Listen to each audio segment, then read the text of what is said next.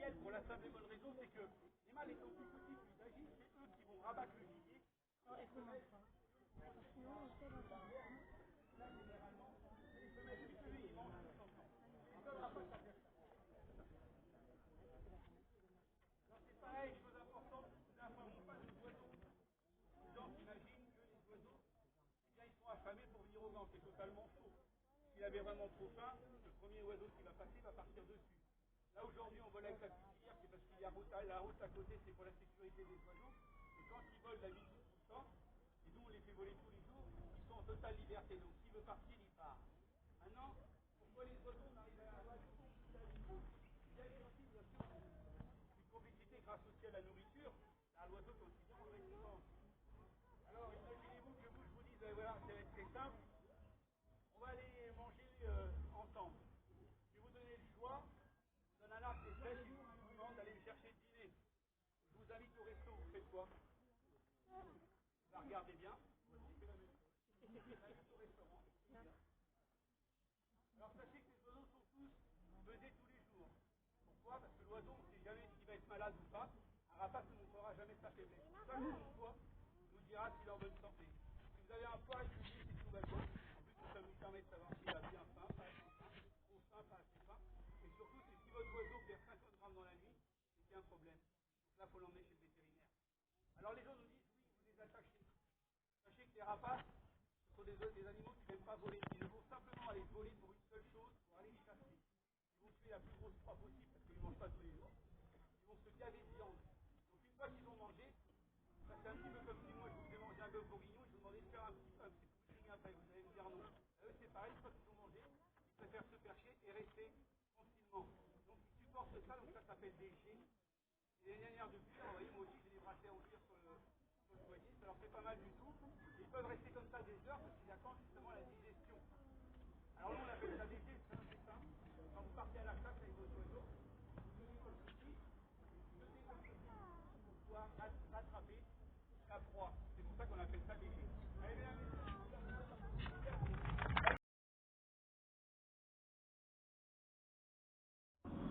quand vous avez des rats et des souris chez vous, ne laissez surtout pas de poison. Car la souris ou le rat qui va manger du poison va mettre 72 heures à mourir. Donc il va lui dire très faible. Généralement, quand il est très faible, il devient une proie assez facile à manger pour les rapaces et surtout pour les nocturnes. Et évidemment, un rapace qui mange une souris empoisonnée, c'est un rapace qui est mort. Donc, privilégiez, s'il vous plaît, les abeilles, les pièges, les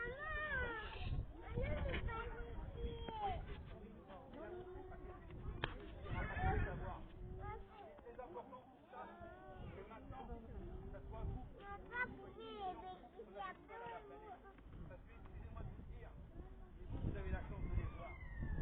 J'espère simplement que vos enfants, petits-enfants et arrière-petits-enfants auront un jour la chance de pouvoir découvrir un jour ces magnifiques esprits du ciel.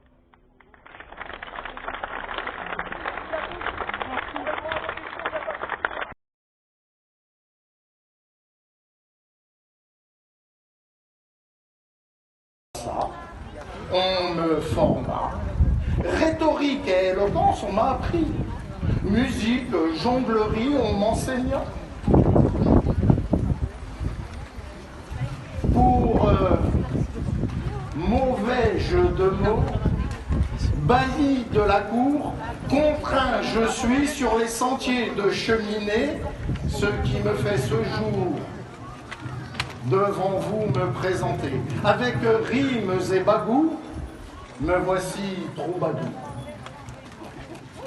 Permettez-moi, braves gens, de prendre un bout de votre existence pour vous narrer une petite fabulette à dormir debout. Là, devant vous, je vais à présent présenter mon bout. Allons, messire, n'ayez point d'idées mal placées, c'est d'une corde que je veux à présent parler. Quel nombre, bel enfant, a votre préférence? Le 8. Encerclons-le. Colonne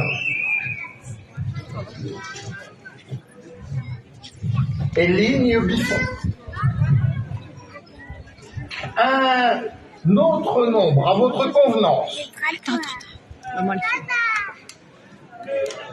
Le 1. Horizontal et vertical, éliminons. Un autre parmi ceux encore disponibles. Touche pas. Le 10.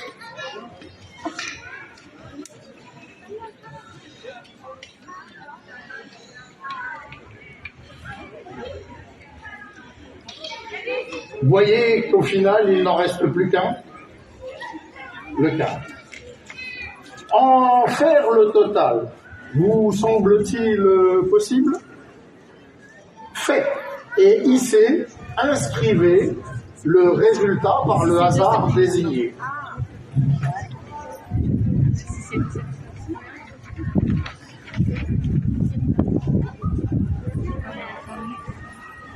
Qu'est-ce que ceci? 34. 34 est ainsi le nombre par le hasard désigné. Gentille dame, à présent, regardez-moi attentivement. Sommes-nous Je sais pas, ma chérie. parents? Sommes-nous amis? Sommes-nous Menteuse! Et cependant, avant même que nous nous rencontrâmes, j'ai inscrit au dos de cette ardoise un nombre. Pouvez-vous à haute voix répéter le total que vous trouvez? 2000. Waouh! 34. Est cela une simple coïncidence?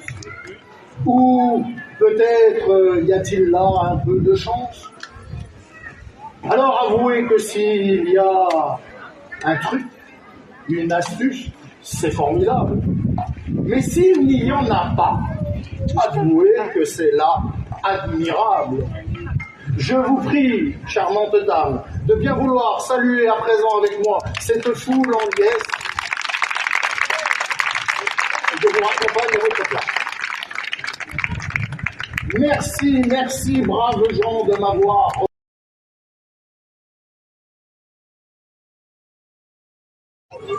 Attends. Oui. Ouais, en plus, c'est pour ça que dans le truc, c'était marqué Sarceau de feu. C'est bien parce que tu envoies la vidéo là et on entend derrière qu'on parle. Ouais, c'est un sarceau de feu là. Regarde ça. Regarde! Les soucis, c'est les terre. C'est pas pour le sol.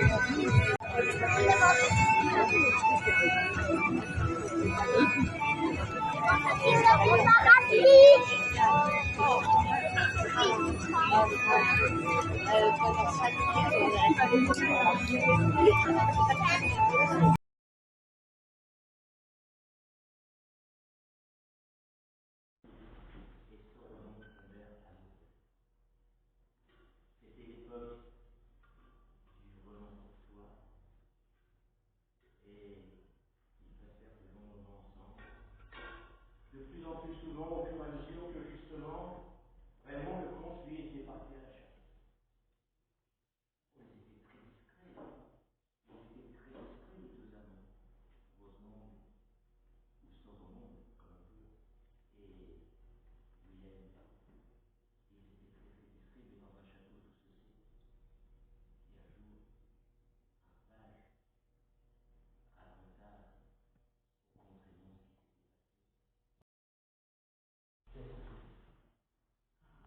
bref, je vous raconte une autre histoire, c'est l'histoire de Pierre. Pierre, c'était un garçon de ferme, depuis très très longtemps, il était pauvre, il avait ses mains pour travailler, il avait regardé d'autre, il avait envie de devenir très riche, et il avait envie d'être connu par tous. Alors à force de réfléchir, il s'est dit, qu'est-ce que je pourrais faire? Ah, je vais devenir soldat. Alors il s'est enrôlé comme soldat. Il a combattu. Et puis, ça a tellement été un bon soldat que le premier jour qu'il a combattu,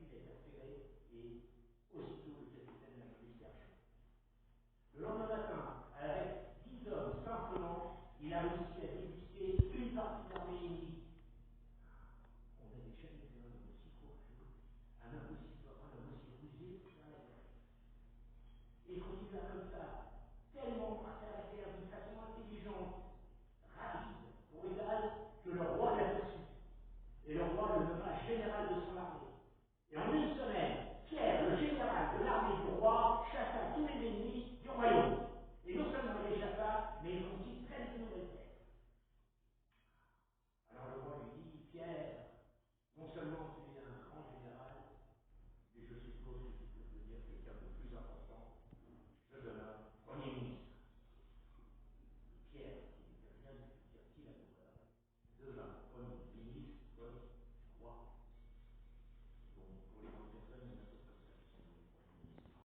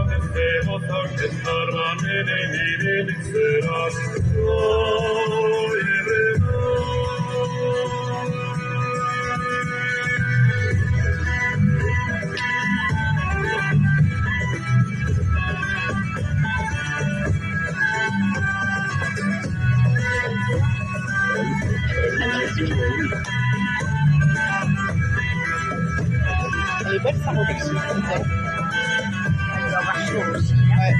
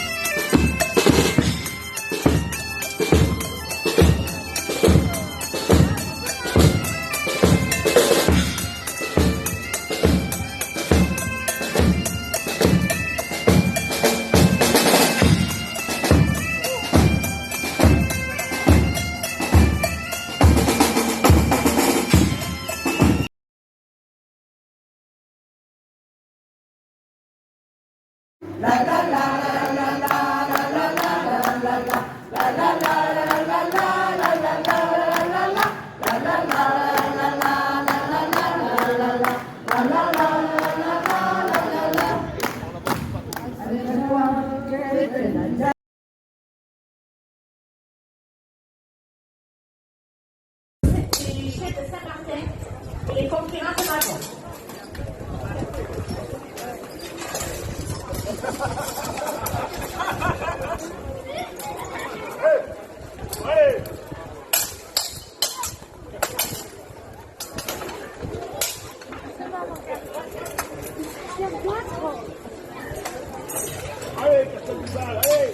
Vous n'avez pas perdu, chevalier rouge, allez!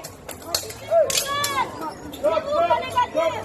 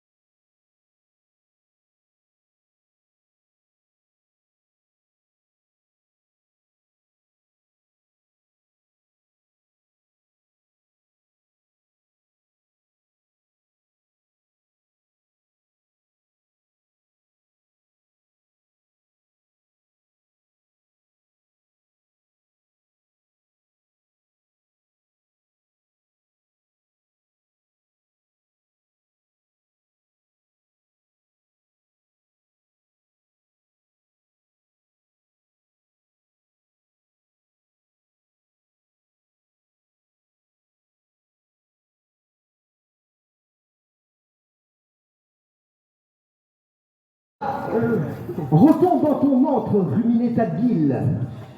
Paul, ce pipoula. Ne te réjouis pas trop bien, car j'obtiens toujours ce que je veux.